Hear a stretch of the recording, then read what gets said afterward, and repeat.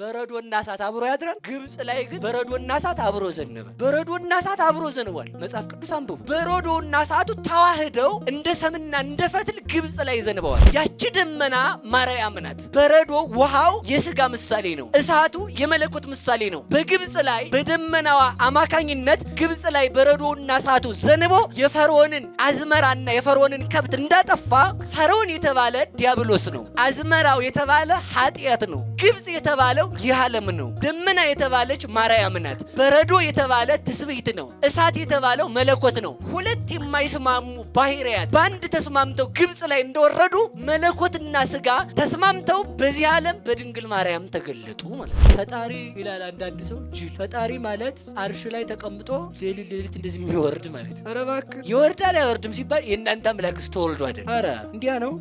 ውጥር ችግር ነው። እንቸሌ እንትን ያለ የዞን ያለ ከጮይ ችግር ትፈነዳል። ይለበስ አይሆንም፣ ነውር ነው። ከተማ ድንግላለች። በመሬት እንጀራ ስታጣ የእንጀራችን የክርስቶስ እናት ማርያም ከኛ ጋር። በመሬት ዘመድ ስታጣ መላእክትን እግዚአብሔርን ያዛመደች ዘመድ ማንን? በመሬት ዘመድ ስታጣ መላእክትንና እግዚአብሔርን ያዛመደች ማናለች? ዘመድ ማርያም። በመሬት ብርሃን ስታጣ ማናለች? ማርያም። የመላእክትም ሀገር የእግዚአብሔርም እናት እኮ ናት እኮ እሷ አለች። በመሬት ንጉሥ ስታጣ የንጉሥ እናት ማናለች? አረ ደስ አይልም እንዴ? የንጉሥ እናት ማርያም። ተመልከቱ። በመሬት ካህን ስታጣ የካህን እናት ማን? ማርያም። እሙለ ቀሲስ የፀሐይ ጽድቅ እናቱ። በመሬት ውሃ ስታጣ ሲጠማ የማን እናት አለች? የሕይወት የክርስቶስ እናት ማርያም። ለሁሉ መድኃኒት ማርያም ናት በሏ። ከዛ እንግዲህ ምንም አይኖራችሁ ትልቅ ስጦታ ማርያም አለቻችሁ።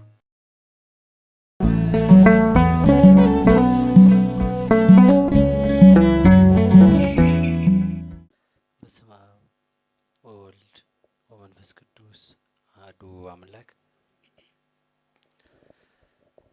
በወለደ በማይሰርጽ በማይወለድ በእግዚአብሔር አብ ስም በሰረጸ በተወለደ በማይወልድ በማይሰርጽ በእግዚአብሔር ወልድ ስም በሰረጸ በማይወልድ በማይወለድ በእግዚአብሔር መንፈስ ቅዱስ ስም ፍጥረታት ሁሉ ከባህሪው የነቁለት ዓለምን ካለመኖር ወደ መኖር አምጥቶ የፈጠረ ሕያው እግዚአብሔር አምላካችን በኃያሉ በእግዚአብሔር ፍጹም ሰላም እላችኋለሁ። እንደምን ዋላችሁ?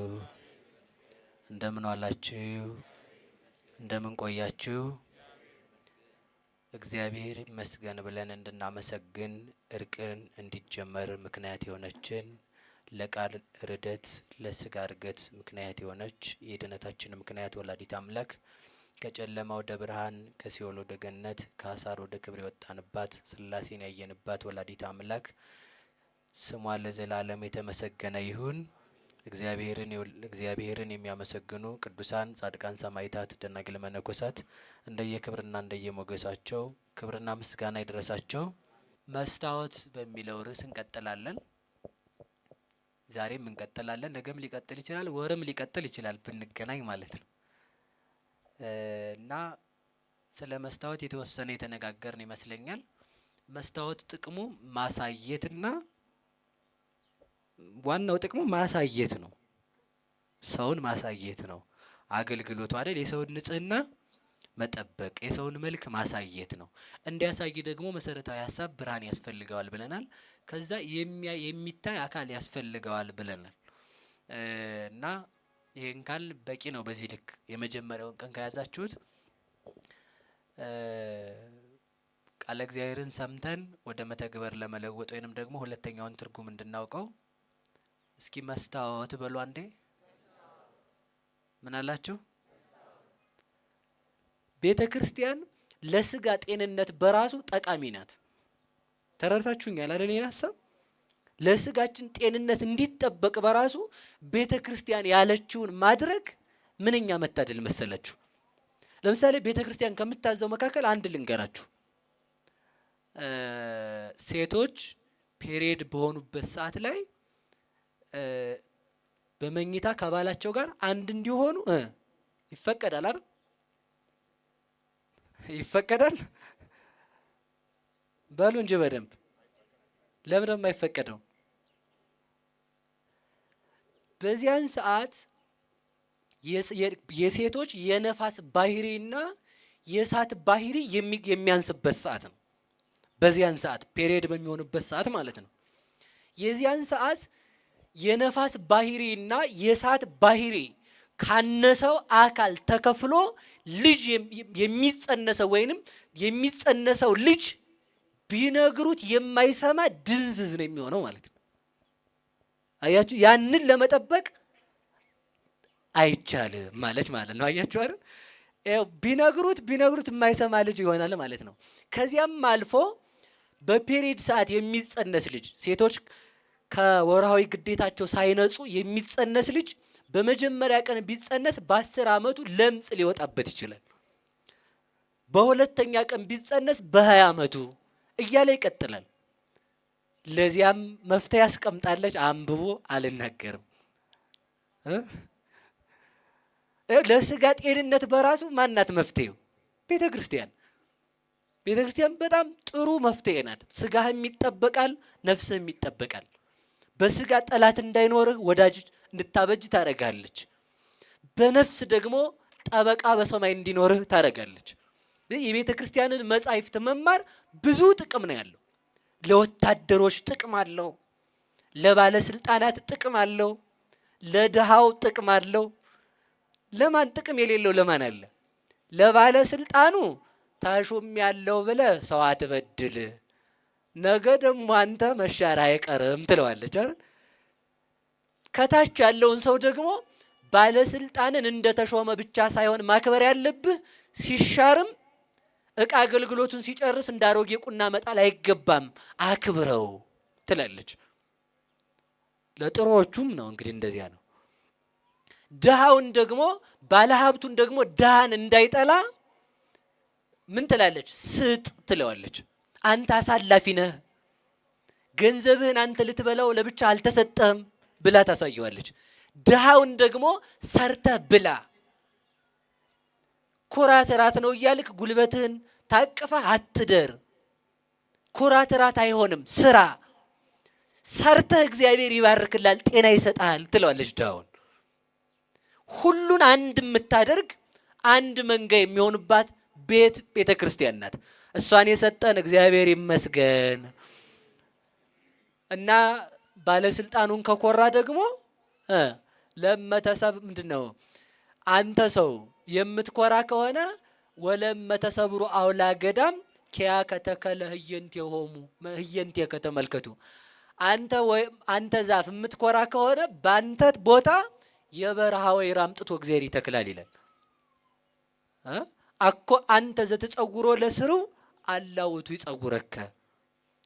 ስር ነው ዛፍን የሚሸከመው፣ ግንድ ነው ስርን የሚሸከመው? በሉ ንገሩኝ እንጂ ስር ማንን ይሸከማል? ግንድን። ግንድ ስርን ልውገር እያለ እኮ ነው ዳይገባ ነው። ስር ህዝብ ነው፣ ግንድ ባለስልጣን ነው። ባለስልጣን የቆመው በህዝብ ላይ ነው። እስኪ እንደው እግርን ከጠላ አንገትህን ቁረጥና ራስህ እግር ካልሆነልህ ማለት ነው። አንገት እግር አላይም ብትል ምን አባቷ ታመጣለች? እግር አልፈልግሽም ብትል አንገት እግር መሆኗ ነው መልሳ ማለት ነው። ባለስልጣን ህዝብን ከገደለ ካሳደደ በማን ላይ ይነግሷል? ራስ እኮ ከፍ ብሎ የሚታየው ዝም ብሎ ጉራ አይደለም አይደል? ከፍ ያለው እግር ስላለ ነው።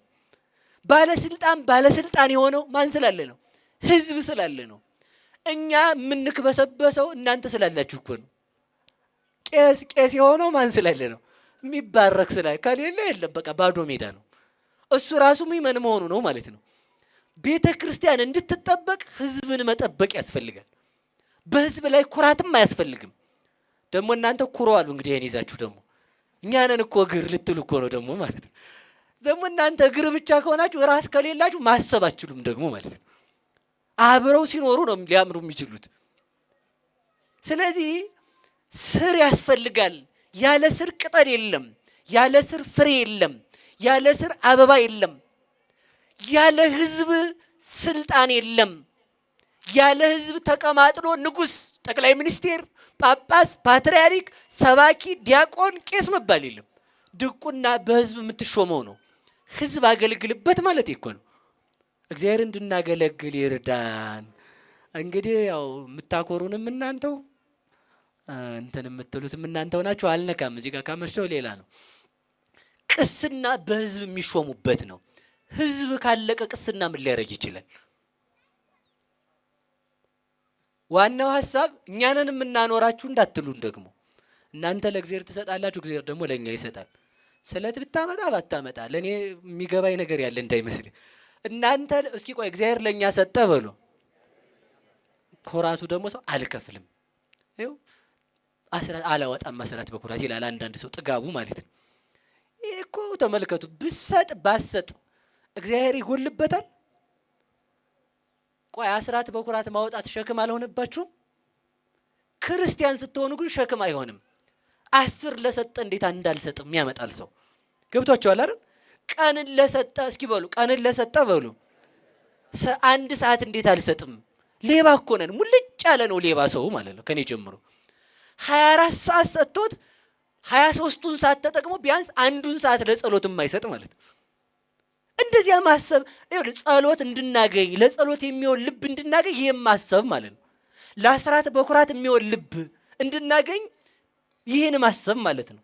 እግዚአብሔር ሰጥቶ የሚለምነኝ አባት ነው ማለት ነው። እግዚአብሔር ቀንን ሳይሰጥ ጸለይ አላለም። ቀንን አውጥቶ 24 ሰዓት ሰጥቶ ቢያንስ 1 ሰዓት ቁምልኝ ብሎኝ እንዴት ይሄን እበላለሁ ማለት እኮ ነው። አሁን ሰው ጸሎት የሚጸልየው ግዳጅ ሆኖ ማለት ነው አይደለም። ጠዋት ይነሳና በስመ አብ ወወልድ ወመንፈስ ቅዱስ አሐዱ አምላክ አሜን ቶሎ ጨርሼ ልውጣ ቢቀርም ጥሩ ነበር ገለጥ ገለጥ እያለ የሚጸልየው ሰው ማለት ነው። እሺ አንዳንዱ ሰው የሚጸልየው እንዳይሞት ብሎ ነው እንዳይቀሰፍ አይደል። አንዳንዱ ሰው ደግሞ ተራ ንጉሥ አይከሰስ ተራራ ይታረስ ነገር ሆኖበት ባቋርጥ እግዚአብሔርን ይከፋዋል ብሎ ማለት ነው። ይከፋዋል በአንተ ጸሎት በእኛ ጸሎት መልአክ የሚያመሰግኑት እግዚአብሔር የኛ ጸሎት ቀረ አልቀረ ምን ገደደው እሱ? ምንም። ማወቅ ያለብን አቅማችንን ነው። ስንጸልይ ጥቅሙ ለማን ነው? ይኸው እንዳንቀሰፍ ብለን ጀማሪ ጸሎተኛ የሚጸልየው እንዳልቀሰፍ መኪና እንዳይገጨኝ ትዳሬ እንድሞላ እንዲያ እንድርቅ ውጋትም እንዳይዘኝ ጠንቋዩም እንዳይነካይ ብሎ ነው የሚጸልየው ጀማሪ ጸሎተኛ። ከፍ ሲል ግን እኔ እግዚአብሔር በእኔ አንደበት ሊመሰገን ማለት ይጀምራል ማለት ነው። አያችሁ አይደል? እስኪ በሉ እግዚአብሔር በሉ በእኔ አንደበት ሊመሰገን በሉ እንጂ። አሁን እናንተ ቤት ባለስልጣኑ መጥቶ ቢበላ ውይ እንትና እኮ እኔ ቤት መጥቶ በላ እኔ ቤት እንዴት ገባ ይባላል አይደል? እግዚአብሔር እኮ ጸልዩ ማለት እግዚአብሔር አንተ ቤት እየገባ ነው ማለት ነው። ጸሎቱን ሳይሆን መቁጠር ያለብህ አዎ ከመቅሰፍት ያድናል ከክፉ ነገር ጸሎት ይጠብቃል። አዎ ይጠብቃል። ዋናው ሐሳብ ግን የምንጸልየው ከማን ጋር ለመሆን ነው? በሉ ንገሩኝ። ጸሎት ከማን ጋር መሆን ነው? ጸሎት ማንን ማውራት ነው? በሞቴ ንገሩኝ። ከንቲባው አመጣ እንደው ከፍ ላድርገው ጠቅላይ ሚኒስቴሩ 9 ሰዓት እንድንገናኝ ብሎ ቢደውል ሰፈር ያለ ሰው ተንቆ ነው የሚውል። አጠቃላይ እንትና ሲደውል ዝጋ እባክህ ደግሞ ይደውላል እንትና ላገኝ አባትህ መጥቶ እንኳን ላገኝ ይፈልጋል ክላያ ጠቅላይ ሚኒስቴሩን ላገኝ እኮ ነው የሚባለው ማለት ነው። አይባልም እንዴ? ትልቅ ባለስልጣን ሲገኝ እንኳን ማለት እኮ ነው። ያን ሰዓት የጸሎት ሰዓት ማንንም የምናገኝበት ሰዓት ነው። በሞቴ ንገሩኝ። በሌላ በጎን መስሏችሁ ነው? ቀጥታ ራሱ እግዚአብሔርን ደህና ነው ወይ እያልነው እኮ ነው። እንዲህ ነው ችግሩ እያልነው እኮ ነው ያለነው። ስለዚህ እንድንጸልይ እግዚአብሔር ይርዳን። ስለዚህ መጻሕፍት ማንን ያሳያሉ ነው? በሉ ንገሩኝ። እግዚአብሔርን ቁልጭ አድርገው ያሳያሉ። መጽሐፍ መማር ለጤንነት በራሱ እኮ ጠቃሚ ነው። ወታደሩ እንዴት ምሽግ መያዝ እንዳለበት፣ ባለሀብቱ ሌባ ሲመጣ ምን ማድረግ እንዳለበት ይነግረዋል አለ። የጦርነት መጽሐፍ ነው አላልኩም። ሲተረጎም ምንድነው? ወታደር ትጥቁን ፈቶ እንደማይተኛ ሁሉ ክርስቲያን ተመልከቱ ትጥቅ ጸሎቱን ትቶ አይተኛም ነው እኮ። ወታደር ከምድራዊ ኃይል ጋር እንደሚዋጋ የክርስቲያን የሚዋጋው ከማን ጋር ነው? ከሰማይ ከተጣለ ከጨለማው አበጋዝ ከዲያብሎስ ጋር ነው። ወታደር ለሚተኛ ወታደር የማይተኛ ከሆነ ክርስቲያን ለማይተኛ ለጋኔን መተኛት የለበትም ማለት ነው። ምሽጉን ትቶ የተጋደመ ወታደር ማማውን ትቶ የተጋደመ ወታደር የምርኮ እራት እንደሚሆን ጸሎት ምሽጉን ትቶ የተጋደመ ክርስቲያን ሰይጣን አስሮ መጫወቻ ያደርገዋል። መጀመሪያ ሰይጣን ተመልከቱ። ቆይ መጀመሪያ ሌባ ቤት እንደገባ እንደሚያደርገው ቤት ከገባ በኋላ በር ይሰብራል። ጸሎት በአጥር ነው አጥሩ ክፍት ከሆነ ዝም ብሎ ይገባል ማለት ነው። ከገባ በኋላ ምንድን ነው የሚያደርገው? አፍህ ውስጥ ጨርቅ ነው የሚከተው። እሪ እንዳትል ማለት ነው። መጀመሪያ እሱ ነው። እጅህን ለቀም አድርጎ አፍህ ውስጥ ጨርቅ እንድትል ማለት ነው። እዛ በኋላ ምንም ድምፅ የለም። ሹት ነው። ሹት ስክሪን ሹት አይደለም። እሺ ሙካልክ በቃ ጩኸት አይሰማም ማለት ነው። የመጀመሪያ ሰይጣን ሰውን የሚዘጋው አፉን ነው። እንዳይጸልይ፣ ገብርኤል ድረስ እንዳይል፣ ማርያም ድረሽ እንዳይል፣ እግዚአብሔር አባቴ እንዳይል አፉን ይዘጋው። የተለጎመ ሰው አጠቃላይ ትጸልያላችሁ፣ ዘግቷችኋል እኮ አፋችሁን። እዛ ድምፅ አይሰማማ። እዛ በኋላ ያርዳል። እዛ እጁን እግሩን ያሰራል። እዛ በኋላ ምግባር መስራት አትችልም። ከዛ በኋላስ ገንዘቡን ይዘርፋል። አፍክን ከዘጋ በኋላ ሰውነት ላይ ያለ ልጅነትክን እስከ ማሳጣት እግዚአብሔርን እንዳታስብ ያደርጋል ማለት ነው። ጸሎት እንድናረግ መድኃኔዓለም ይርዳን። መጻሕፍት መስታወት፣ አንድም ድንግል ማርያም መስታወት ናት። መስታወት ማን ናት? በደንብ በሉ። መስታወት በመጽሐፍ ቋንቋ በር ተብሎ ይጠራል። ቅዱስ ያሬድ አንቀጸ ብርሃን ይላል። እስኪ በሉ የምን በር? የምታውቁትን በር ዘርዝሩ። እንግዲህ በር አለ አይደል? በር የለም እንዴ? በር ሳይከፈት ያስገባል፣ ከተዘጋ አያስገባም። ከተዘጋ አያስገባም፣ አያስወጣም። ካልተከፈተ አያስገባም፣ ከተከፈተም አይከለክልም። በሉ እንጂ ከተከፈተ ምን አይልም? ካልተከፈተ ምን አይልም? ካልተከፈተ አያስገባም፣ ከተከፈተ ምን አይልም? አይከለክልም። እነዚህ እንግዲህ ሌሎች በሮች ናቸው። የብርሃን በር የሚባለው መስታወት ነው። እስኪ በሉ የብርሃን በር የሚባለው በሉ ምንድን ነው? መስታወት የምን በር ነው? ልብ በሉ የብርሃን በር ነው። የብርሃን በር ልብ ብላችሁ ስሙ። እነዚህ በር የመጀመሪያው በር በቋንቋ ሲተረጎም በመጽሐፍ ቋንቋ በር ያለው ቃል ሲተረጎም ምን መስሏችሁ ነው?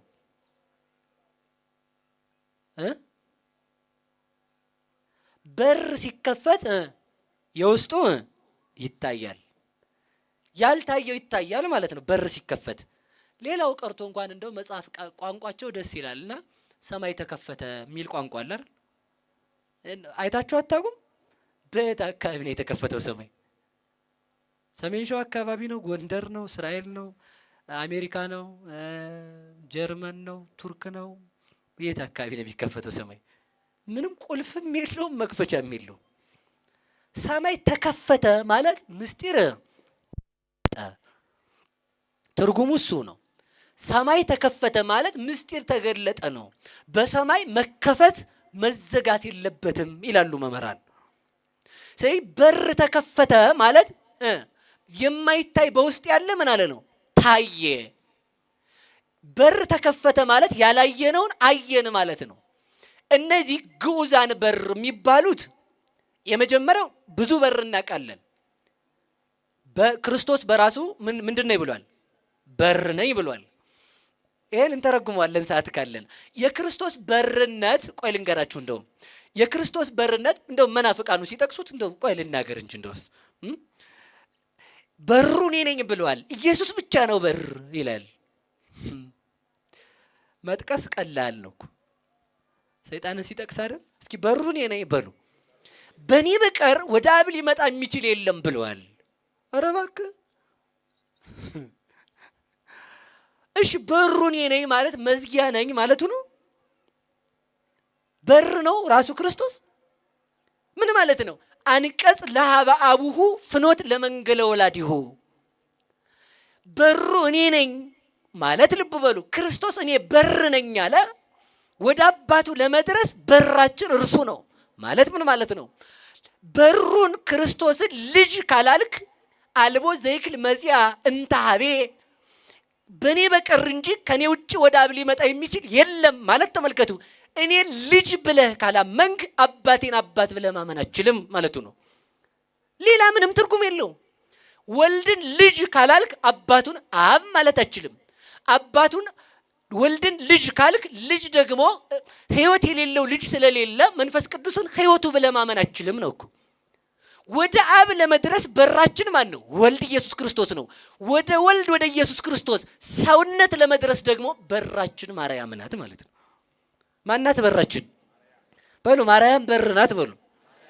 የሕይወት በር ናት እሷ። ለምን ብለህ ትጠይቀኝ እንደሆነም ልመልስልህ። ለምሳሌ ክርስቶስ ሰውም አምላክም መሆኑን እናውቃለን። ምንም ነው። ከአብ ያለ ዘር መወለዱን እናውቃለን። ከአብ ያለ ሕማም መወለዱን እናውቃለን።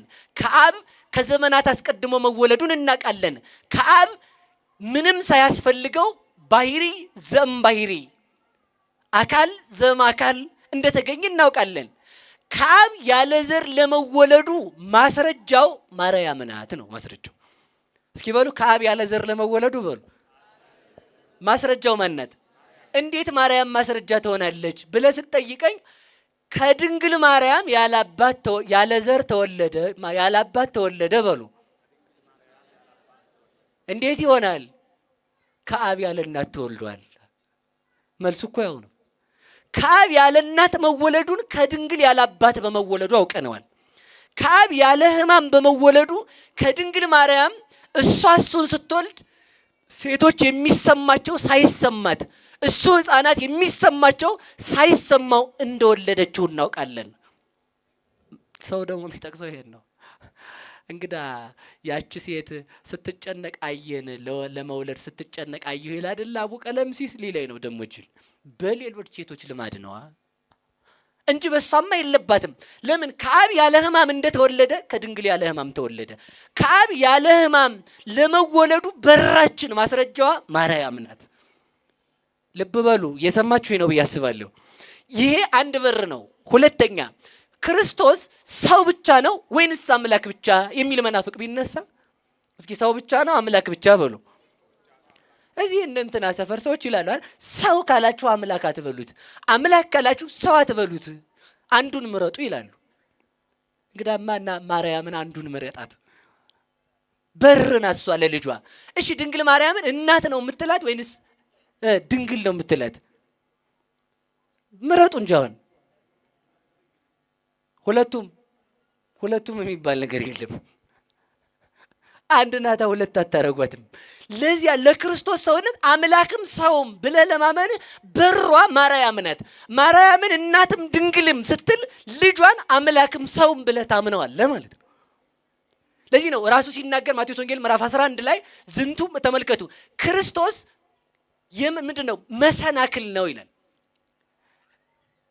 ታስባላችሁ? ስምዖንስ ምንድን ነው ያለው ሉቃስ ወንጌል ላይ? ዝንቱ ሕፃን ስዩም ለድቀቶሙ ወለተንስኦቶሙ ለሕዝብ። ይህ ሕፃን ለእስራኤል ለመነሳታቸውም ለመውደቃቸው ምንድን ነው ያለው? በሉ ለመነሳታቸውም በሉ ለመውደቃቸውም ምክንያት ነው። ለመውደቃቸው ምክንያት ነው ማለት ሲበላ አይተው የዮሴፍ ልጅ አሉታ ወደቁ። ሲበላ አይተው የዮሴፍ ልጅ ካለ መሰናክል የሆነበት ማን ነው? ራሱ ክርስቶስ። ለመነሳታቸው ተመልከቱ። ከድንግል ማርያም ስወለድ አይቶ በዘር ተወለደ ያላለኝ በእኔ ያልተሰናከለ እንዲህ አለ እኮ ባለቤቱ ማቴዎስ ወንጌል ምዕራፍ 11 ላይ ብፁዕ ውእቱ ዘይትዐቅፈ ብየ፣ በእኔ የማይሰናከል ብፁዕ ነው። እስኪ በሉ በእኔ የማይሰናከል በሉ ብፁዕ ነው። ስጸነስ አይቶ በዘር ነው እንጂ የተጸነሰ ያላለኝ እንደ ሩቅ ብእሲ እሱ ብፁዕ ነው። ስበላ አይቶ አረ ፍጡር ቢሆን ነው ብሎ መለኮቴን ያልዘነጋ ህብስተ ሕይወት መሆኔን ያላወቀ ብፁዕ ነው። ስሰደድ አይቶ አይ አምላክ ባይሆን ነው ያላለኝ አምላክነቴን ያልዘነጋ ብፁዕ ነው። ውሃ ሲጠማኝ አይቶ ካለት ላይ ውሃ ማፍለቄን የውሃው ፈጣሪ መሆኔን ያልዘነጋ ብፁዕ ነው። ምራቅ ሲተፋብኝ አይቶ ፈጣሪ ቢሆንማ እየተፉበት ዝም ይላል ያላለ በእኔ ያልተሰናከለ ብፁዕ ነው። ስገረፍ አይቶ ፈጣሪ ሊገረፍ ይችላል ብሎ ሰውነቴን አይቶ አምላክነቴን ያልዘነጋ ብፁዕ ነው ማለት እኮ ነው። በክርስቶስ ሳንሰናከል ያመን ሁላችንም ብፁዓን ተብለን መንግስቱን ለመውረስ ያብቃን። ስለዚህ ብፁዕ የሚያሰኘው ነው። ክርስቶስ በራሱ ተመልከቱ ይላል እኮ ሰው አምላክ ይሞታል ይላል እኮ ሰው አይደል እንዴ? አይልም እንዴ? ሰው እንዴ እስኪ በሉ አምላክ ይወለዳል በሉ እስኪ። እንዴ እንግዳ ሰው በድንግልና ይወለዳል? መልሱ እኮ እሱ ነው። እስኪ አምላክ ይወለዳል በሉ። ሰው ያለ ዘር ይጸነሳል? መልሱ እኮ እሱ ነው። እንዴ አምላክ ይራባል ካለ እንዴ እንግዳ ሰው የተራቡትን ያጠግባል? እንዴ አምላክ ምራቅ ይተፋል ካለ እንግዳ ሰው የሰው ምራቅ አይን ያበራል እኮ ነው መልሱ። አምላክ ይጠመቃል ካለ እንዴ ፍጡም ሰው እንግዲያውስ ውሃው ፈልቶ በራሱ ላይ እንዲወርድ ያደርጋል እኮ መልሱ። ለማን ጥምቀት ሰማይ ተከፍቷል? ከነቢያት ለማን ሰማይ የተከፈታል? ማን ሲጠመቅ ሰማይ ተከፍቶለታል?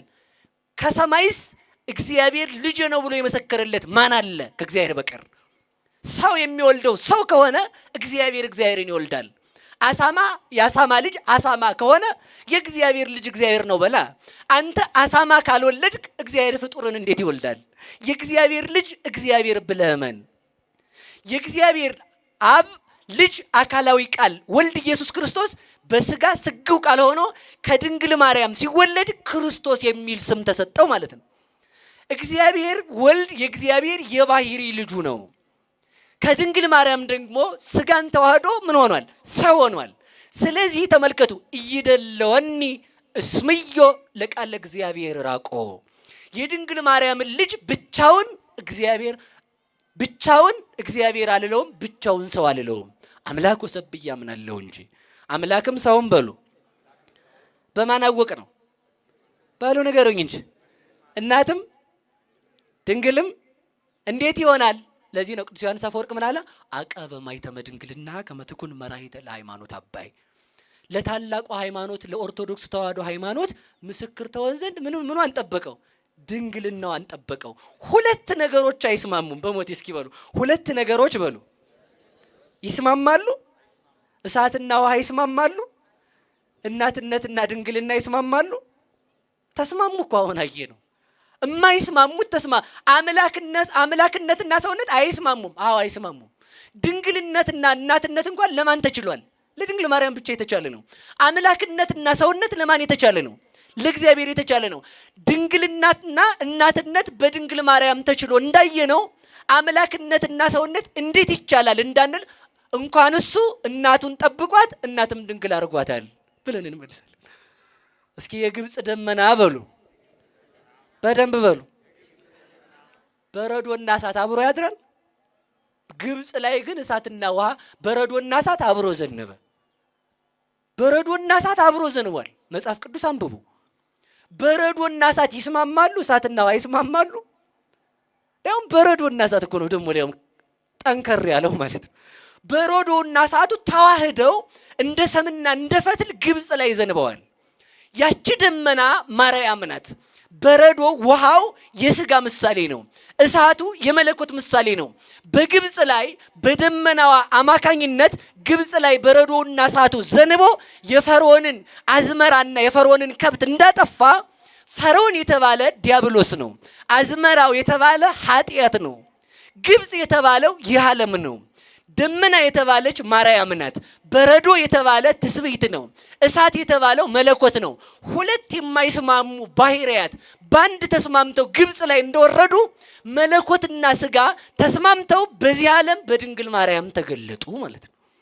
መለኮትና ስጋ እንደተዋሃዱ እንደተስማሙ በማን እናውቃለን? በበራችን በድንግል ማርያም እናውቃለን። እሷን የሰጠን እግዚአብሔር ይመስገን። ስለዚህ ክርስቶስ እኔ በር ነኝ ማለቱ እኔ ልጅ ካላልክ አባቴን አባት ማለት አችልም ነው። ሌላ ምንም አነበፍ ግራም በቀኝ ብታገላብጡት ሊኖረው አይችልም። ክርስቶስን ልጅ ካላልክ አብን አብ ማለት ትችላለህ? እሺ ክርስቶስን ልጅ ካላልክ ሕይወት አለው ማለት ትችላለህ? ሕይወቱ ማን ነው? ወደ አብ ያደርሳል። መንገድ ነው ማለት እሱ ነው እንጂ አስፋልት ነው ማለት አይደለም። ወደ ነገር ልመልሳችሁ እስኪ። መስታወት በሉ። ማናት መስታወታችን? ድንግል ማርያም ናት። የሃይማኖት መስታወት። ልብ ብላችሁ ስሙኝ። አሁን ግዙፋን በር የሚባሉ አሉ። የክርስቶስን በርነት እዛው ጋር ትቸዋለሁ። መጻሕፍት በር ናቸው። ክርስቶስ በር ነው። መምህራን በር ናቸው። ብዙ በር፣ ንስሐ በር ነው። ልጅነት በር ነው። ሰውነት በር ነው። ንጽሐ ጠባይ በር ነው። ብዙ በር አለ። እሱን አልተረጉምም አሁን እመቤታችን ጋር ስላለው ማለት ነው።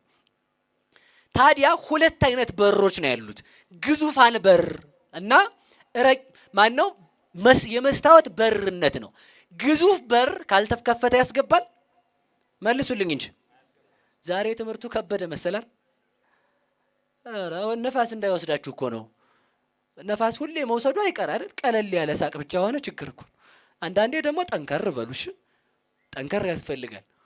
ስለዚህ ተመልከቱ፣ ግዙፉ በር ካልተከፈተ ምን አይልም? በሉ እንጂ ንገሩኝ።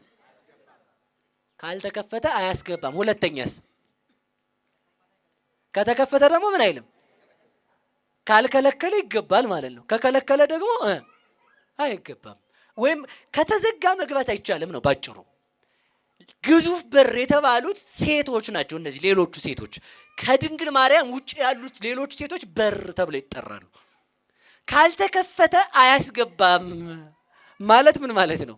ድንግልናቸው ካልተሻረ አይጸንሱም ነው ባጭር ቃል። ድንግል ከሆኑም እናት መሆን አይችሉም። ይቻላል? ይቻላል? አይቻልም። እናት ከሆኑ ደግሞ ምን መሆን አይችሉም? ከሁለት አንዱ መርጠው ነው እንግዲህ እናቶቻችን ከሁለት አንዱ መምረጥ ግዴታ ነው። ወይ እናት ናቸው ወይ ድንግል ናቸው። ድንግል ማርያም ግን እንዲህ አይደለችም። የመስታወት በርነት ሳይከፈት ያስገባል፣ ሳይከፈት ያስወጣል። እስኪ በሉ የመስታወት በርነት በሉ። ሳይከፈት ምን ይላል? ሳይከፈት ምን ይላል? በሉ እንጂ ንገሩኝ። ነፋስ በሉ። ረቂቅ ነው። ነፋስ ምንድን ነው? እሺ። ውሃ ምንድን ነው? ያው ገዘፍ ያለ ነው ግን ረቂቅ በሉ። እሺ። መስታወት ውስጥ ነፋስ ይገባል? ብርሃን ረቂቅ ነው አይደለም? ብርሃን ግን መግባት ይችላል አይችልም?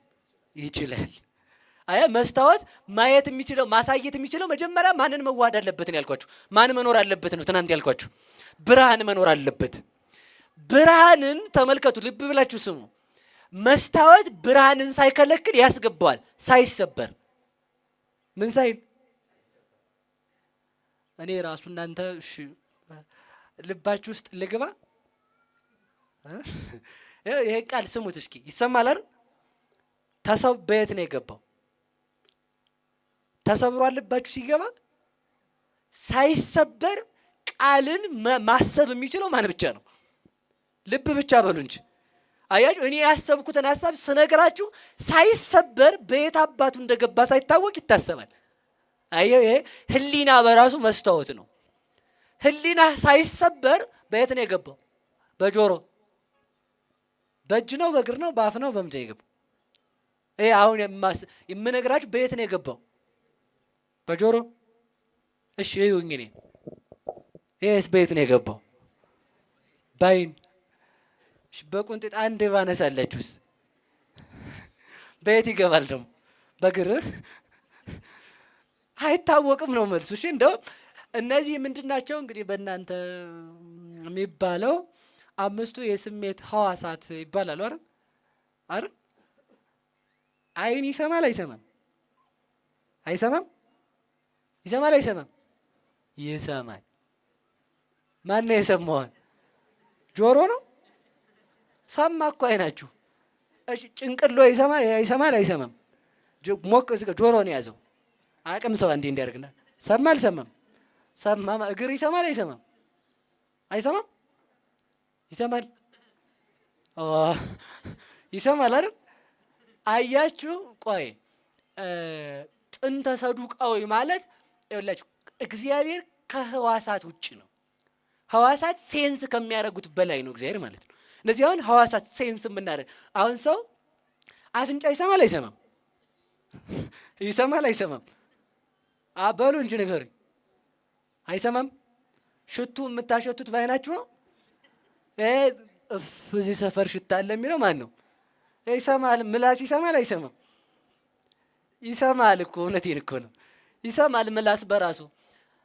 ሱካሩን ቅማ ኧረ በስመ አብ የሚል እሬት ስታጎርስ የሚል ማን ነው? ሰማ እኮ ምላስ በራሱ። ሴንስ የሚያደርጉበት ግን ይለያያል ነው ሀሳቡን። ተረድታችሁኛል ሀሳቡን? ስለዚህ አሁን ለወስዳችሁ ነው። እነዚህ ነገሮች ቃል ከልባችን ሲቀረጽ የገባበት እንዳይታወቅ ብርሃን ወደ መስታወት ውስጥ ሲገባ ሳይሰብረው እንደሚገባ የምናየው ነገር ወደ አይናችን ውስጥ ገብቶ ሲሳል አይናችንን ሳይሰብረው አይናችን እንደሚያየው አይደል እንዴ? አይናይም እንዴ? ሲያይ ግን እሺ ሞልቶ ነው ተሰብሮ ነው? ሞክሩ ዝም ብላችሁ እንዲያርጋችሁ መስታወት ፊት በሆነ ነገር ተጠጋጉና ተያዩ ወይ ካልሆነ አለመሸ ማለት ነው። እንደዚህ ስታዩት እኔ እንደው ድሮ ነገር አይነ ውስጥ ይባባል ህፃናት ሲጫወቱ አይነ ውስጥ አለው ይላል እንዲህ ያረግ ሊያጠፋው አምላካቸዋል ማለት ነው። እና ብትሞክሩት ሰውየው ጋር ጠጋ ብላችሁ ስታዩ ፊታችሁ ቁጭ ብሎ እዚህ ውስጥ አለ ማለት ነው። ግን ተሰብሯል በሉ እንጂ ንገሩኝ። አልተሰበረም። ልባችሁ ተሰብሯል? እኔ በፍቅር አላልኩም አልተሰበረም በሉ ዝም ብላችሁ ያማ ይኖር ይሆናል አይታወቅም። እና አይውላችሁ ሳይሰበር ምን ይሰማል? ቃል ይገባል። ሲወጣስ ቤት እንደወጣኛ አናቅም ነው መልሱ እኮ። ይታወቃል አይታወቅም። ግን ሳይሰበር ምን ይላል? ይገባል። ሳይሰበር ምን ይላል? ይወጣል። ጭንቅላታችሁ ተሰብሮ ነው ሐሳብ የሚያወጣው? እንደውም ሞክሩት አልሆነ አይደለም። ስለዚህ ተመልከቱ፣ አይን ሳይሰበር ያስገባል፣ ሳይሰበር ደግሞ ይወጣል። አይን መስታወት በእመቤታችን ድንግልና ነው የሚመሰለው። ምንም ሊደንቀን አይችልም። ድንግል እንዴት ድንግል የሆነች ሴት እንዴት ጸንሳለች ብሎ አንድ ጅል የሚከራከራችሁ ከሆነ አንተ ሞኝ፣ ያንተ አይን እንኳን ሳይሰበር እኔን ግዙፉን አስገብቷል ነው መልሱ እኮ። ያንተ አይን ሳይሰበር እኔን ካስገባ የድንግል ማርያም ድንግልና ሳይሰበር ሳይሻር እግዚአብሔርን ጸነሰ ብልህ ለዚህ ለእግዚአብሔር ድንቅ ነው ወይ? ከብርሃን በላይ ከሐሳብ በላይ የሚረቅ እግዚአብሔር በድንግል ማርያም ማይጸን ድንግልናዋን ሳይሽር ተወሰነ ብልህ ይደንቃል ወይ ነው መልሱ እኮ። ድንግልናዋን ሳይሽር የተጸነሰ አምላክ ስሙ የተመሰገነ ይሁን። ስለዚህ መስታወት ሳይሰበር ምን ይላል? ያስገባል። ግን ተመልከቱ፣ ሲያስገባ ነፋስ ረቂቅ ስለሆነ መስታወት ውስጥ መግባት አይችልም። ይችላል እንዴ? ማን ነው የሚገባው? ብርሃን ነው የሚገባው። ብርሃን መስታወት ውስጥ ሲገባ ሰው ምን ማለቱ ይጀምራል? መልኩን ማየት በሉ እንጂ። አረ በሞቴ ንገሩኝ። ምን ውስጥ? መስታወት ውስጥ። ብርሃን ከሌለስ ሞክር ሲጨለማው ጋር ገባና ድንግል ማርያም የሌለችበት ህይወት ጨለማ ነው። ድንግል ማርያም የሌለችበት ህይወት ልብ በሉና ስሙ። ፀሐይ የሌለችበት ዓለም ብርሃን የሌለበት ዓለም ጨለማ እንደሆነ ድንግል ማርያም የሌለችበት ህይወት ጨለማ ነው። ድንግል ማርያም መስታወት ናት። ክርስቶስ ደግሞ ብርሃን ነው። ብርሃኑ የሚወጣው ፀሐይ የሚወጣው በምስራቅ እንደሆነ ክርስቶስ ያለ ድንግል ማርያም አልተወለደም። ለጨለማው ዓለም፣ ለካደው ዓለም፣ ለሞተው ዓለም፣ ህይወት ለሌለው ዓለም፣ ለረሃብተኛው ዓለም ህብስት፣ ለስደተኛው ዓለም ከስደት መመለስ፣ ለበሽተኛው ዓለም ጤና፣ ሰላም ላጣው ዓለም ሰላም፣ ለስደተኛው ዓለም ሀገር፣ ለጨለመበት ዓለም ብርሃን የወጣባት አማናዊት መስታወት ወላዲት አምላክ ናት። እሷን የሰጠን መድኃኔዓለም ይመስገን። ስለዚህ ተመልከቱ፣ ያለ ፀሐይ ብርሃንን ማሰብ ዘበት እንደሆነ ያለ ምስራቅ ፀሐይን ማሰብ ሞኝነት ከሆነ ያለ ድንግል ማርያም ክርስቶስ ተወለደ ብሎ ማሰብ እብደት ነው ማለት ነው። ሁልጊዜ ፀሐይን የሚሻ ወደ ምስራቅ የሚዞር ከሆነ ክርስቶስን የሚፈልግ ማን ጋር ያገኘዋል? በሉ ንገሩኝ። አረ በሞቴ ንገሩኝ። ድንግል ማርያም ለጨለመው ህይወታችን ብርሃን ትሆነን። ስለዚህ ድንግል ማርያም ያለችበት ህይወት እርሱ ነው። ከዚያ ተመልከቱ፣ ብርሃን ከመስታወቱ ጋር ከተዋሃደ ማለት መስታወቱ ውስጥ ካበራበት በኋላ መስታወቱ ማንን ማሳየት ይጀምራል? በሉ ንገሩኝ እንጂ። ክርስቶስ ከድንግል ማርያም ከተጸነሰ በኋላ ድንግል ማርያም ለማን እናትነት በቃች? ለእግዚአብሔር እናትነት ስትበቃ ከዛ በኋላ ለማን እናትነት በቃች? ለፍጥረታት እናት ለመሆን በቃች። ለዚህ ነው ያንቃዶ ሀቤኪ ኩሉ ፍጥረት፣ ፍጥረት ሁሉ አይኑን ወደ አንቺ ያነሳል ተባለ። እስኪ በሉ ፍጥረት ሁሉ በሉ አይኑን ወደ ማን ያነሳል? በሉ ንገሩኝ።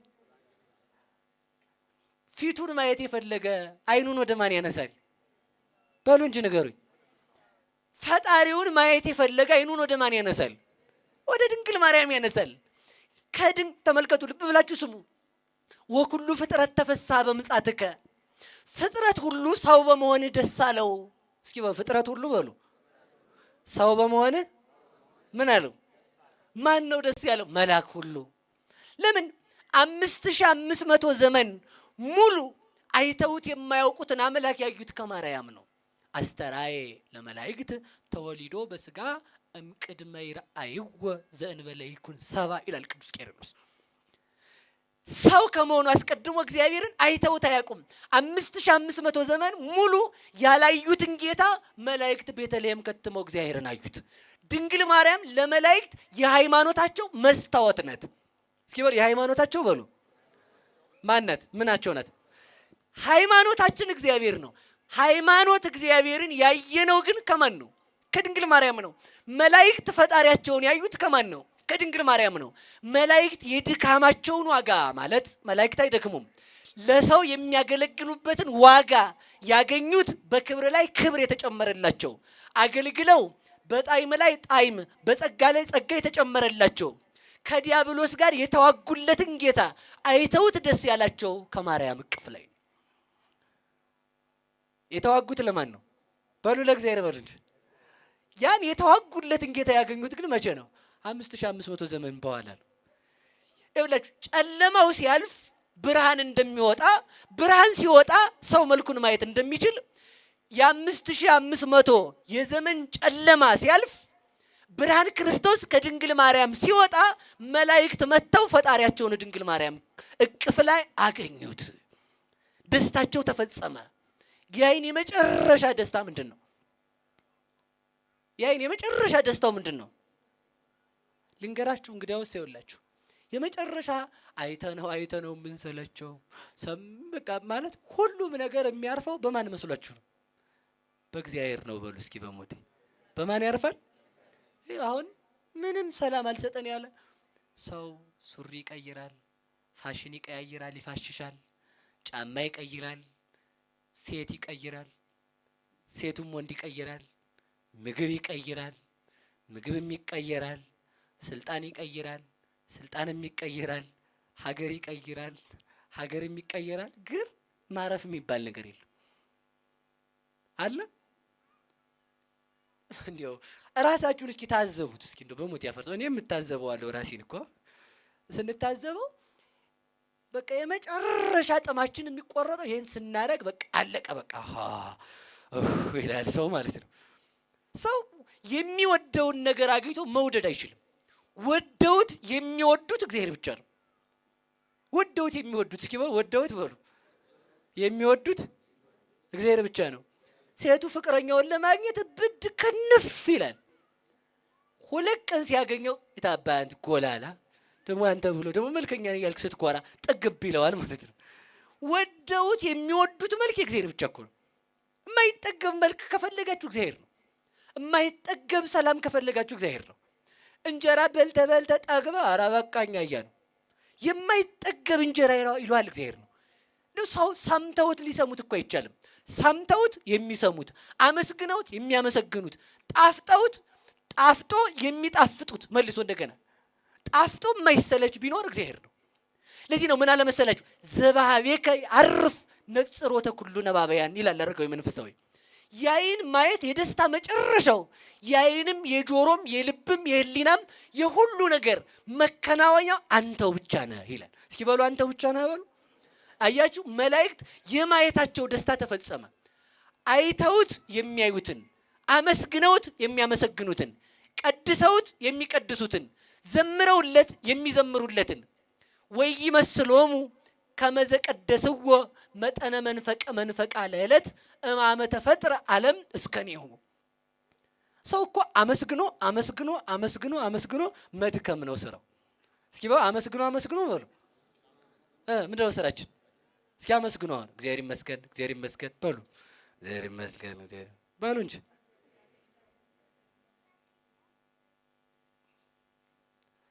አይ ጉድ!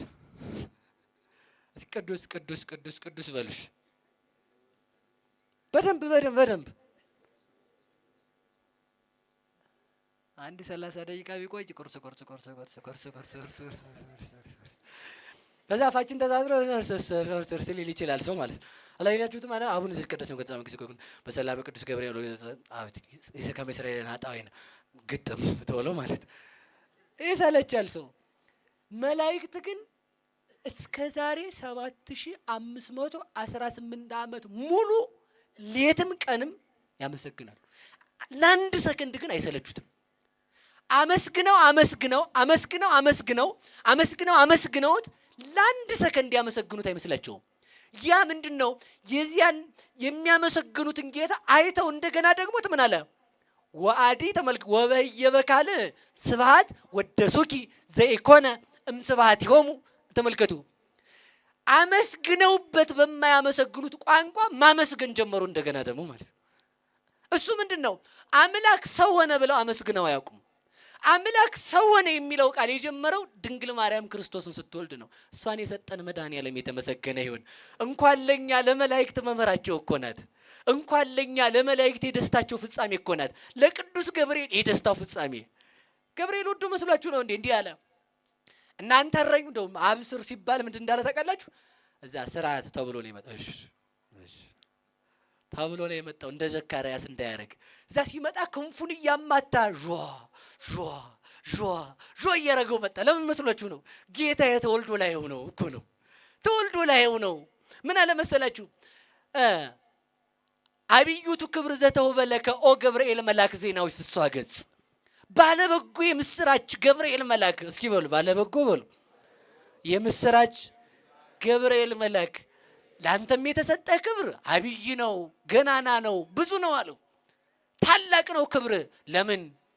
ባለበጎ የምስራች ነህ።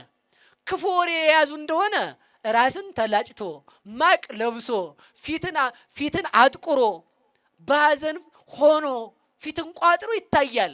አንተ ግን ደግ የምስራች ስለያዝክ ተመልከቱ። እምከመይቴክዝ ልብ ይደምን ገጽ።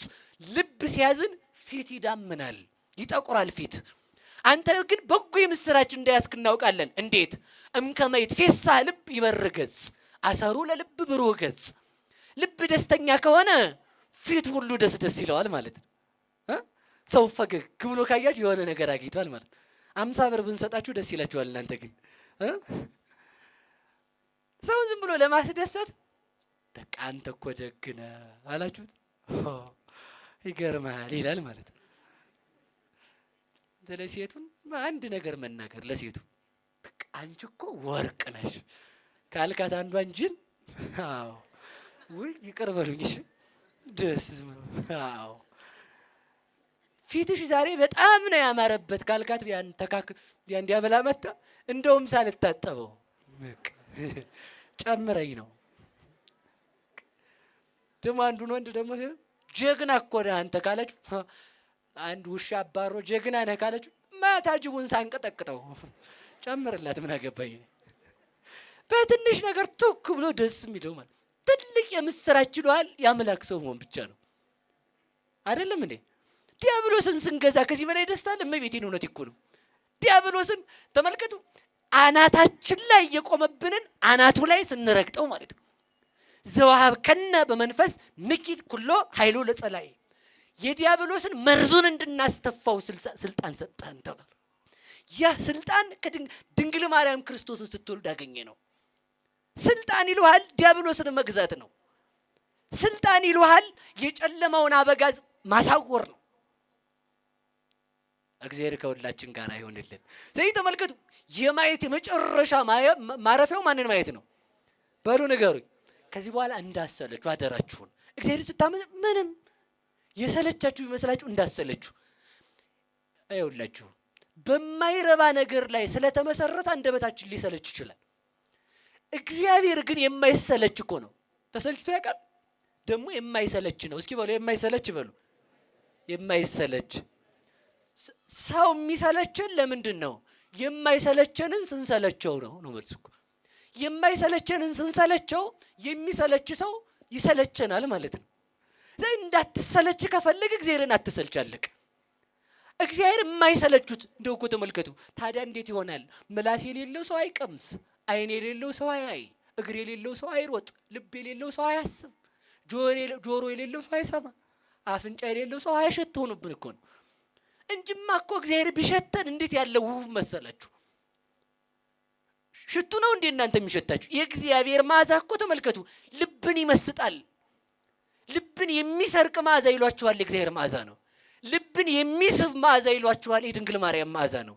የድንግል ማርያም መዓዛ እንኳን እኔን እግዚአብሔር አሽትቶት እኮ ነው የመጣው። ተመልከቱ መዓዛዋን ምንድነው? ዋፍቀረ ስነኪ ደምግባትሽን ወደደው። ደምግባቷ እግዚአብሔርን የሳበ ወላዲተ አምላክ ለስም አጠራሯ ክብርና ምስጋና ይድረሰው። እሷ የእግዚአብሔር እናት ስትሆን የኛ እናት መሆኗ ማለት ነው። የእግዚአብሔር እናቱ እኮ ናት። እስኪ በሉ እግዚአብሔር እናቱ በሉ። እዛ ደግሞ የማን እናት ናት ደግሞ? አያችሁ መስታወትን መልከኛው ሰው ከታየበት በኋላ ደግሞ እንትና የሚታይበት ጠጋ አድርጎ አፍንጬ እንዴት ነው የሚለው ሰው ሁሉ ማለት ድንግል ማርያም እግዚአብሔር እናት ካደረጋት በኋላ ደግሞ እኛም ደግሞ እናቴ ብለን መጥራት ማለት እረሷን የሰጠን መድኃኒዓለም ይመስገን። መላእክት ሁሉ ደስታቸው በማርያም ተፈጸመ። ለዚህ እኮ ነው ተፈጸመ ተስፋ በማርያም ድንግል ወበቀራንዮ ተተክለ መድኃኒት መስቀል የሚሉት ሊቃውንት በማይሌት የዓለም ደስታ ሁሉ በማርያም ተፈጸመ። እስኪ በሉ የዓለም ደስታ ሁሉ በሉ በማን ተፈጸመ? መላእክት ደስ አላቸው፣ ፈጣሪያቸውን አዩ። መላእክት ደስ አላቸው። እግዚአብሔርን ይመስል የነበር የጠፋ ሰው በድንግል ማርያም ተገኝቶ አዩት። እሷን የሰጠን መድኃኒዓለም ይመስገን። አሁንም ነገሬን ባሳጥር ጥሩ ነው ማለት ነው። እስኪ መስታወት በሉ ምን ይላል ነው? ምንን ያሳያል ነው? የመጀመሪያው መልካ እግዚአብሔር ሰው ሆኖ ያየንባት ማንነት። እግዚአብሔር ሰው ሆኖ ያየነው ከማን ነው? ከሰው። ሰው ደግሞ ማንነት ማርያም ናት። አያችሁ ሰው ሆኖ አየነው እኮ። ሰው ሆኖ እግዚአብሔርን ከማየት በቀር ምን ትልቅ ነገር ይሳል? ሰው ሆኖ ስናየው ለኛ ብቻ ሳይሆን ለመላእክት ሁሉ ታየ። ታዲያ ልንገራችሁ፣ ወደ ነገር ልመልሳችሁ። በዚያች መስታወት ተመልከቱ። በዚያች መስታወት አካል ሳይጠቀለል ይታይባታል በሉ። አካል ሳይገባ በሉ ይታይባታል። መስታወት የሚያሳየው ተሰብሮ ነው ሳይሰበር ነው? ጥያቄ ልጠይቃችሁ። እንዲያርጋችሁ ስታዩ መስታወት ውስጥ ገብታችኋል አልገባችሁም? በሉ እንጂ። እሺ ከመስታወቱ ውጭ ናችሁ ደግሞ በሉ እንጂ። ወይ ፊታችሁ መስታወት ውስጥ የለም? እናንተ ቦታችሁን ለቃችኋል? አለቀቅንም? ውጭ ብቻ ናችሁ? እስኪ በሉ እኔ እንኳን በሉ እንጂ መስታወት ውስጥ እንዳለው ውጭ አለው። ውጭ እንዳለው በሉ እንጂ የት አለው? መስታወቱ ሳይሰበር በሉ እኔን አስገብቷል። ሳይሰበርም በሉ እንጂ ማንን አስወጥቷል? አየህ፣ ይሄ ነው መስታወት። ማናት? ድንግል ማርያም። ቦታውን ልብ ብላችሁ ስሙ። ፈጣሪ ይላል አንዳንድ ሰው ጅል። ፈጣሪ ማለት አርሽ ላይ ተቀምጦ ሌሊት እንደዚህ የሚወርድ ማለት። ኧረ እባክህ ይወርዳል አይወርድም ሲባል የእናንተ አምላክስ ተወልዶ አይደል? ኧረ እንዲያ ነው። ውጥር ችግር ነው። ጥንቸሌ እንትን ያለ የዞን ያለ ከጮኸ ችግር ትፈነዳለህ። ይለበስ አይሆንም፣ ነውር ነው። እኛ ግን የምንለው ይሄን ነው። አካላዊ ቃል ከአባቱ አልተለየም። ከአብ ሳይለይ በድንግል ማርያም ማይጸን አለ። በድንግል ማርያም ማይጸን እንዳለ ከአባቱ ጋር አለ። እንዛሎ ውስተ ከርስ ከመኩሉ ጓለ እመሕያው ይመልእ ሰማያተ ወምድረ ወመትሕተ ምድር። እንደ ማንኛውም ሕፃን በድንግል ማርያም በእናቱ ማይጸን ሳለ በኪሩቤል ጀርባ ላይ አለ። በኪሩቤል ጀርባ ላይ ሳለ በእናቱ ማይጸን አለ። በእናቱ ማይጸን እንዳለ ዓለምን ይዞ አለ። ዓለምን ይዞ እንዳለ በእናቱ ማይጸን አለ ነው ክርስቶስ። ለምን? በመስታወት ውስጥ አንተ እንኳን ቦታህን ሳለቅ መግባት፣ በመስታወት ውስጥ እንዳለህም ቦታህን አለመልቀቅ ከቻልክ እግዚአብሔር ዓለምን እንደያዘ በማርያም ማይጸን አለ። በማርያም ማይጸን እንዳለ ዓለምን በእጁ ይዟል ነው እኮ የምልህ። ዓለምን በመዳፉ ይዟል። እሱ ደግሞ በእናቱ ማይጸን አለ። በእናቱ ማይጸን እንዳለ በዓለም አፍ አለ። ዓለምን የሚሸከመው እርሱ ነው። በዓለም ውስጥ የተወሰነም እርሱ ነው። ድንግል ማርያምን የፈጠራት እርሱ ነው። በድንግል ማርያም ማይጸንም ውስጥ ያለ እርሱ ነው። ድንግል ማርያም በማይጸኗ የተሸከመችው እርሱ ነው። ድንግል ማርያምንም የተሸከማት እርሱ ነው። እንደ አምላክነቱ ልብ ብላችሁ ስሙ፣ ይሰማል አይደል? እንደ ሰውነቱ በድንግል ማርያም ማይፀን ሆዷ ውስጥ ቁጭ ያለ እርሱ ነው። እንደ አምላክነቱ ደግሞ ሰማይና ምድርን በመሃል እጁ የያዘም እርሱ ነው። ልብ ብላችሁ ስሙኝ።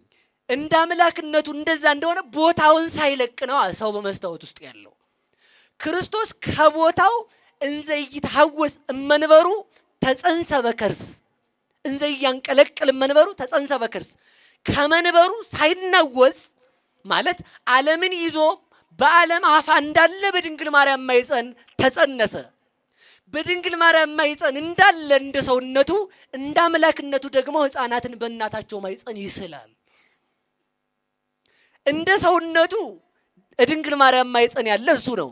እንደ አምላክነቱ ሰማይና ምድርን የከደነ እርሱ ነው። እንደ ሰውነቱ በመሬት የሚመላለስ ግብጽ የሚሰደድ እርሱ ነው። እንደ አምላክነቱ ደግሞ ውስተ ኩሉ በሐውርት መለኮቱ ፍጥረት ባለበት ሁሉ ፍጡራንን ተሸክሞ የሚኖር እርሱ ነው። እንደ ሰውነቱ መስቀል የተሸከመ እርሱ ነው። እንደ አምላክነቱ ዓለምን ከድካም የሚያሳርፈው እርሱ ነው። እንደ ሰውነቱ ልትድን ትወዳለህ ብሎ መጻጉዕን አልጋህን ተሸከም ያለው እርሱ ነው። እንደ አምላክነቱ ዓለምን የተሸከመ እርሱ ነው። እንደ ሰውነቱ ውሃ የጠማው እርሱ ነው። እንደ አምላክነቱ ውሃን የፈጠረ እርሱ ነው። እንደ ሰውነቱ እናቱ ያዘለችው እርሱ ነው። እንደ አምላክነቱ ፍጥረትን የተሸከመ ያዘለ እርሱ ነው። የጠፋ በግ አዳምን በትከሻው የተሸከመ እርሱ ነው። እንደ ሰውነቱ መራራ ሐሞት የሚጠጣ እርሱ ነው። እንደ አምላክነቱ ደግሞ ማርንና ሱካርን የፈጠረ እርሱ ነው። እንደ ሰውነቱ የሚርበው እርሱ ነው።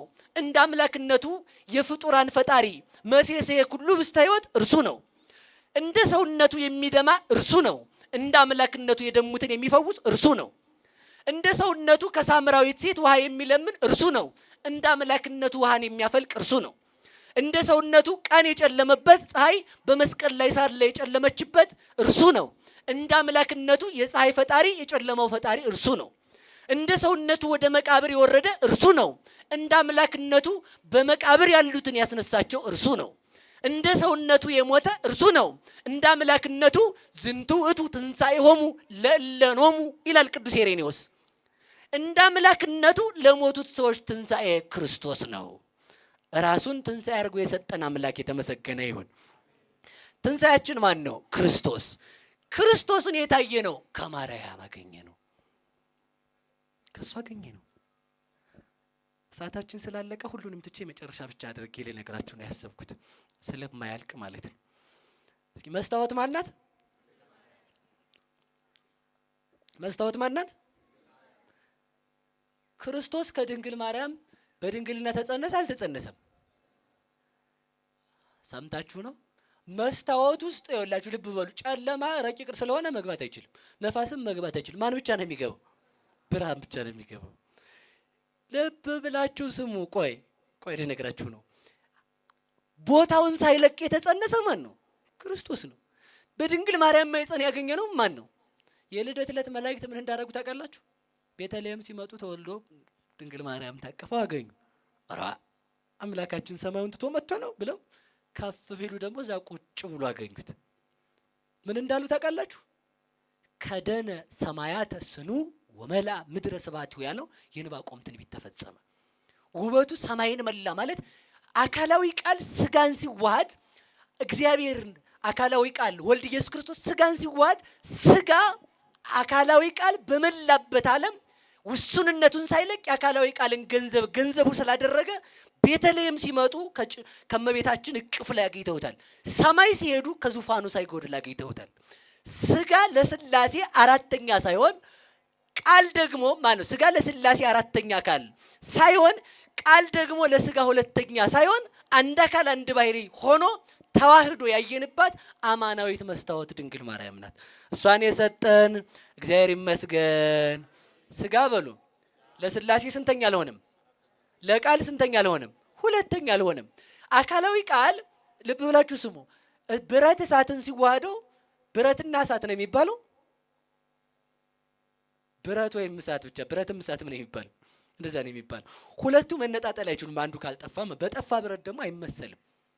ስለዚህ ተመልከቱ፣ ክርስቶስም ልብ ብላችሁ ስሙኝ፣ አካላዊ ቃል ወልድ ኢየሱስ ክርስቶስ ስጋን ከተዋሃደ በኋላ ምን አይባልም? ሰውም ብቻም አምላክም ብቻ አይባልም። ይሄን ያየንባት ወላዲት አምላክ ስሟ የተመሰገነ ይሁን፣ ስሟ የተመሰገነ ይሁን። ሌላው አያልቅም ስለማያልቅ ይሄንን ልተወውና ሌላ ልንገራችሁ። የብርሃን አንድም መስኮት ማለት ነው። መስታወት ማለት ምን ማለት ነው? በሉ እንጂ መስኮት ብቅ ብለው እንዲያዩበት ሰው ፊቱን ብቅ ብሎ የሚያየው በምንድን ነው? መስኮት ደግሞ ድንግል ማርያም ናት። ማንኛውም ቤት መስኮት ስታዩ ድንግል ማርያም ትዝ ትበላችሁ። ከዚህ በኋላ በመስኮት ብርሃንን ያዩበታል፣ አየር ይቀበሉበታል።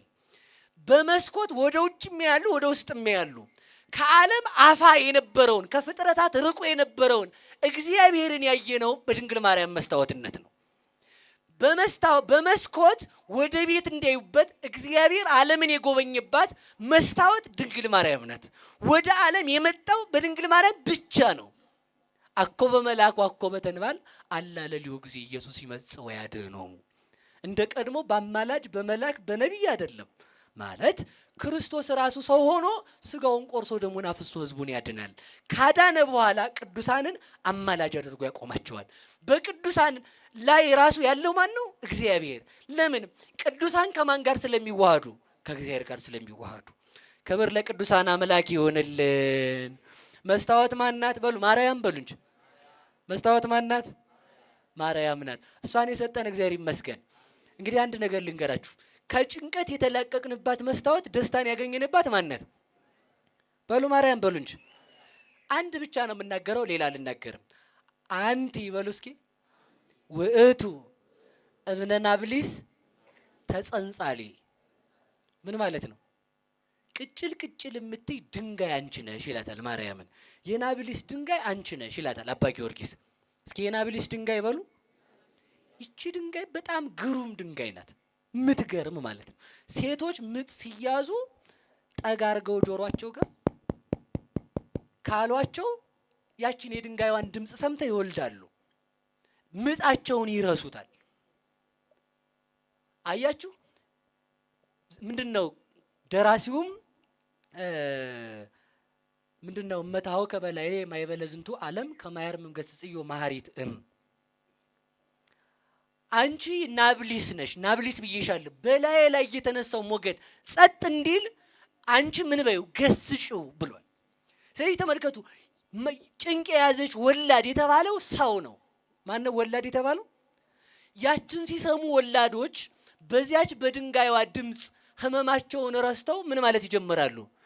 ጽንሱን መውለድ እንዲጀምሩ ያችን የድንጋይዋን ድምፅ ሲሰሙ የዓለም የመከራ ጽንስ ሴቶች 80 ቀን ያህል ተንፈራግጠው መቃብራቸውን ያህል ቆፍረው ከዛው ተቀብረው ይገኙ ነበር በብሉይ ኪዳን። ወንዶች 40 ቀን ሙሉ መሞቻቸው 40 ቀን ሲቀረው በሽታ ይጀምራቸዋል። 40 ቀን ሙሉ ጥረው ግረው ሰይጣን እያለ አላየሁትም ብቻ እንዲያቀጥ ነው እንደዚህ አድርጎ ክፉ መልኩን እያሳየ እያሰቃየ 40 ቀን ያቆያቸዋል። ከዛ በኋላ ነፍሳቸውን ይዞ ወደ ሲኦል ያወርዳት ነበር። ድንግል ማርያም ክርስቶስን ስትወልድ የክርስቲያን ነፍስ የሞት ጣይር ቀረለት። ይህን ያስቀረልን አምላክ የተመሰገነ ይሁን።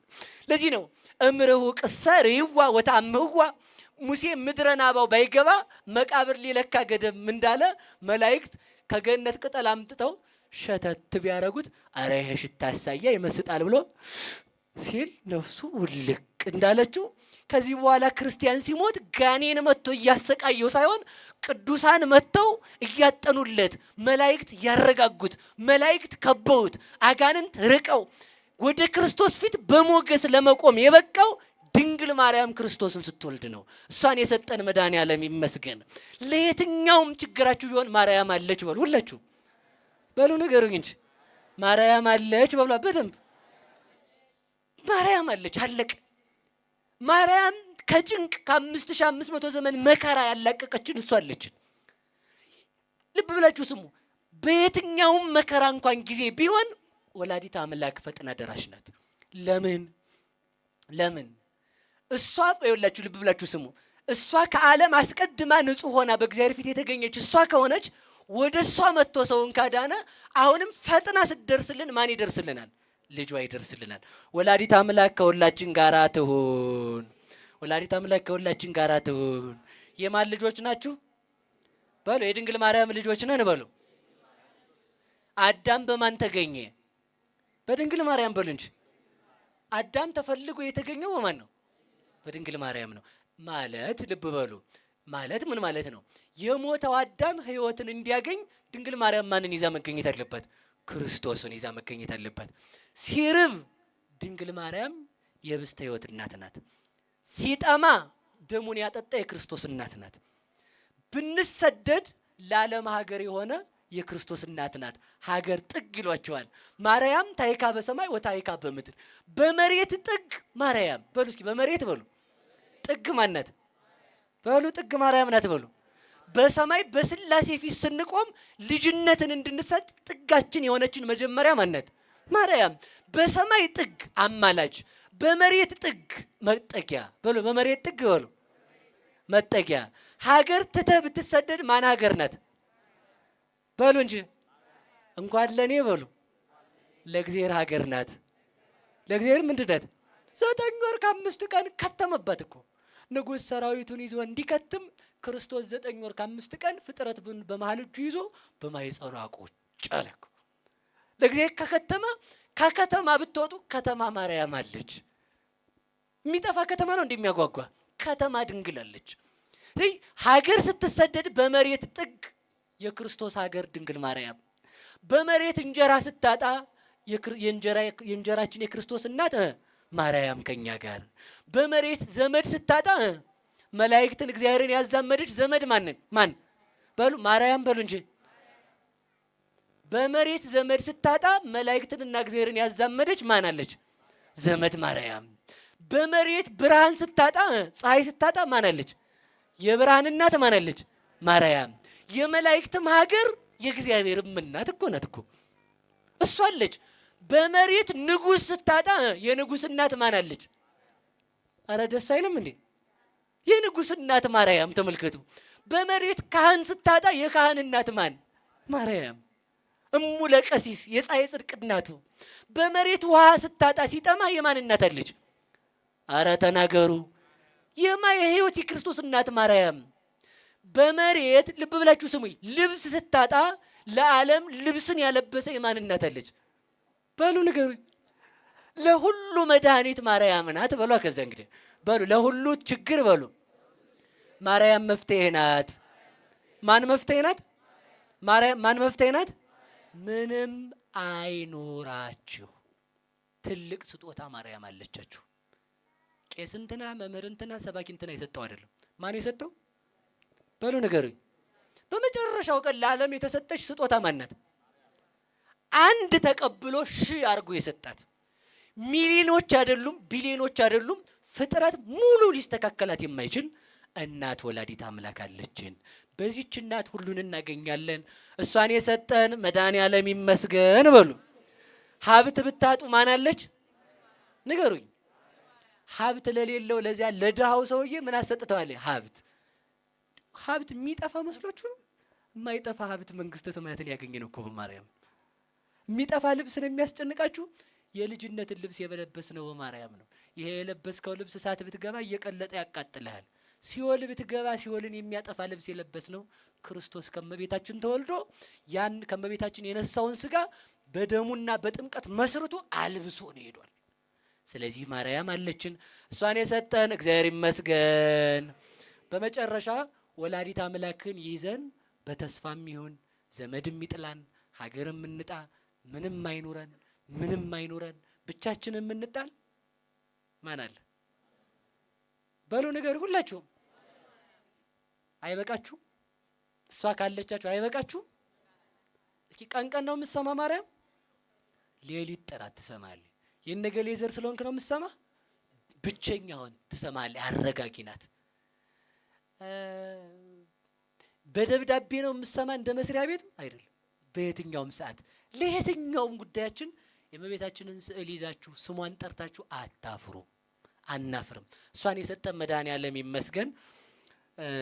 ሁላችሁም አንዴ ቁሙና ወደ ደብረ ብርሃን ብዬ ልሰናበታችሁ ደብረ ብርሃኖችን ማለት ነው። ከዛ ዘማሪ እህታችን ትዘምራለች። መሄድ የለም ሳንጨርስ አይደል? ሁላችሁም ስለምታውቁት ጀምሩት እስኪ። ኦ ደብረ ብርሃን ኦ ደብረ ብርሃን አብዬ ሃይማኖትኪ ኦ ደብረ ብርሃን አብዬ ሃይማኖትኪ ወገበርኪ ፈቃዶ ለማርቆስ አገረ ዘራ ያዕቆብ ወምኒልክ ወኃይለ ሥላሴ ንጉሥ ፈቃዶ ለማርቆስ አገረ ዘራ ያዕቆብ ወምኒልክ ወኃይለ ሥላሴ ኦ ደብረ ብርሃን አብዬ ሃይማኖትኪ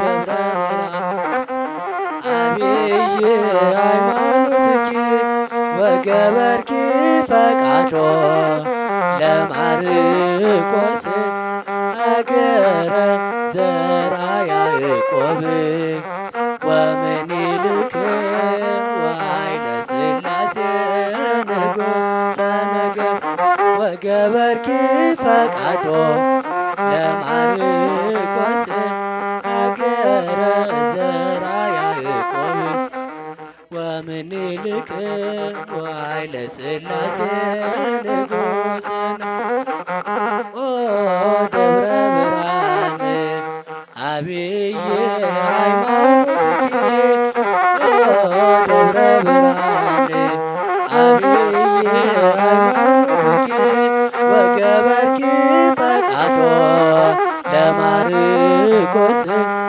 አገረ ዘራ ያዕቆብ ወምኒልክ ወኃይለ ሥላሴ ንጉሠ ነገሥት ወገበርኪ ፈቃዶ ለማርቆስ አገረ ዘራ ያዕቆብ ወምኒልክ ወኃይለ ሥላሴ ንጉሠ ነገሥት። ይበቃል።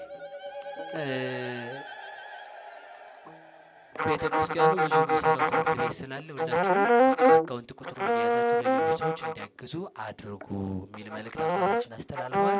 እሺ በሉ። በገንዘብ እርዱ ነው። ሌላው ደብረ ብርሃን አብዬ ሃይማኖትኪ ደብረ ብርሃን ሃይማኖትሽ ምንድን ነው? ታላቅ ነው። ደብረ ብርሃን ብቻ አይደለችም። እሺ ይችም ናት ለአፄ ዘርዓ ያዕቆብ ብርሃን ወርዷል። ይችን አይደለም የካድኩት። የብርሃን ደብር ማናት? ማርያም ናት። ሃይማኖትሽ ምንድን ነው? ታላቅ ነው። እግዚአብሔርን ይዛ ስለተገኘሽ። ሁለተኛ ክርስቲያን ሁሉ የብርሃን ደብር ነው። ብርሃን ያወርድልን መድኃኔዓለም። የአፄ ምኒልክ ሀገር የአፄ ዘርዓ ያዕቆብ ሀገር የማንን ፈቃድ የተቀበልሽ ነው? በሉ እንጂ መንበራችን የማን ስለሆነ ነው? የማርቆስን መንበር ተቀብለን ከአራቱ ወንጌላውያን አንዱ ማን ነው? ማርቆስ። በሉ እንጂ በዓለም ሁሉ ሃይማኖት ሲጠፋ የማርቆስ ወንበር ሃይማኖት አይጠፋበትም። በዓለም ሁሉ ሃይማኖት ሲጠፋ እስክንድርያና የኢትዮጵያ ሃይማኖት አይጠፋም። ለዚህ ምን አለ? ምንድነው ያለው? ወርቅ ስለተገኘባት አባይ ሀገር አይላትም ብሎ እስከ ዕለተ ምጽአት ድረስ ክርስቶስን የአብ የባሕሪ ልጅ ብላ የኢትዮጵያ ኦርቶዶክስ ተዋሕዶ ሃይማኖት ታምናለች። የዚች ልጆች ያደረገን እግዚአብሔር ይመስገን። ስብሐት ለእግዚአብሔር። ይቆየን።